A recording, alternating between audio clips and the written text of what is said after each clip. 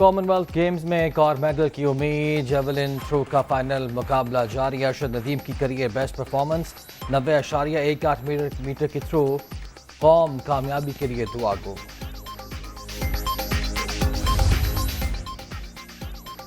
خیراتی اداروں کے نام پر جمع کیے گئے فنڈ سیاسی مقاصد کے لیے پاکستان بھجوانے کا الزام. برطانیہ میں تحقیقات شروع. چیریٹی کمیشن اور نیشنل کرائم ایجنسی انویسٹیگیشن میں مشغول. ہسپتال اور یونیورسٹی کے نام پر جمع کی گئی رقوم سیاست کے لیے استعمال ہونے کی شکایت. ثبوت بھی فراہم کر دیے گئے. الیکشن کمیشن کا فیصلہ اور فائنینشیل ٹائمز کی سٹوری بھی شامل.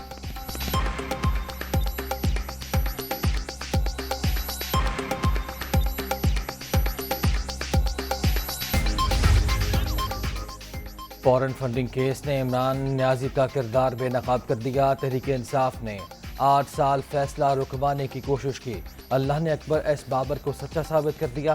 اسلامی ٹچ دینے والے فنکاروں کے لیے قانونی ٹچ ضروری ہے. رانا ثناءاللہ کی عمران خان پر تنقید. رانا ثناءاللہ اوقات سے بڑھ کر باتیں کر رہے ہیں. نون لیگ بتائے اس کے پاس اربوں روپے کہاں سے آئے. حکومت تحریک انصاف کی فنڈنگ کے معاملے پر پاگل پن کا شکار.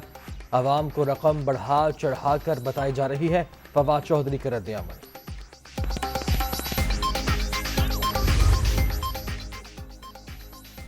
فورن فنڈنگ کیس کا فیصلہ آ چکا. اب قانون پر عمل درآمد ہوگا. عمران خان کو رانا ثناءاللہ کا خوف تھا، اسی لیے ہیروئن کا جھوٹا کیس بنوایا. پی ٹی آئی چیئرمین وزیر داخلہ کے خوف سے ہی خیبر پختونخوا فرار ہوئے. فواد چودھری صاحب، احتیاط اچھی چیز ہے، اوقات تک نہ جائیں تو آپ کے لیے بہتر ہوگا. مریم اورنگزیب کی وارننگ.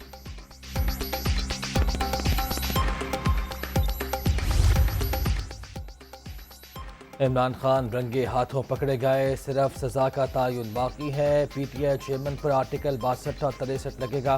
فواد چودھری کو قانون کا کچھ پتہ نہیں. دوسروں کو آزادی کا درس دینے والے خود غلام ہیں. انقلاب کا شوق ہے تو ایکس وائی نہ کریں، ہمت ہے تو نام لیں. طلال چودھری کا چیلنج.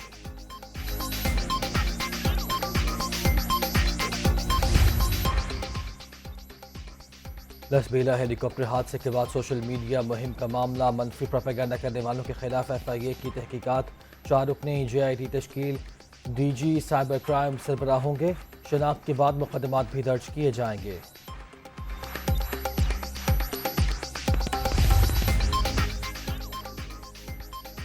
شہداء کی قربانیوں کا مذاق اڑانے والی سوشل میڈیا مہم خوفناک. خود پسند سیاسی بیانیے یہی کچھ کرتے ہیں.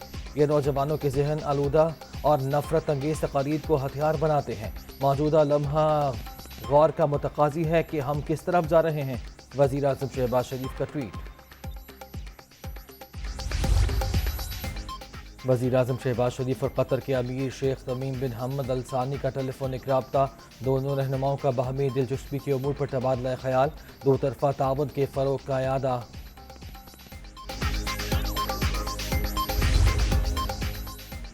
اور ملک میں فوری عام انتخابات کوئی نہیں روک سکتا. غلط فہمی جلد دور ہو جائے گی. عوام صاف اور شفاف الیکشن کے مطالبے سے پیچھے نہیں ہٹیں گے. 13 اگست کا جلسہ انقلاب کا آغاز ہوگا. عمران خان کی بابر اعوان سے بات چیت. بنی گالہ میں ہونے والی ملاقات میں سیاسی اور قانونی امور پر مشاورت.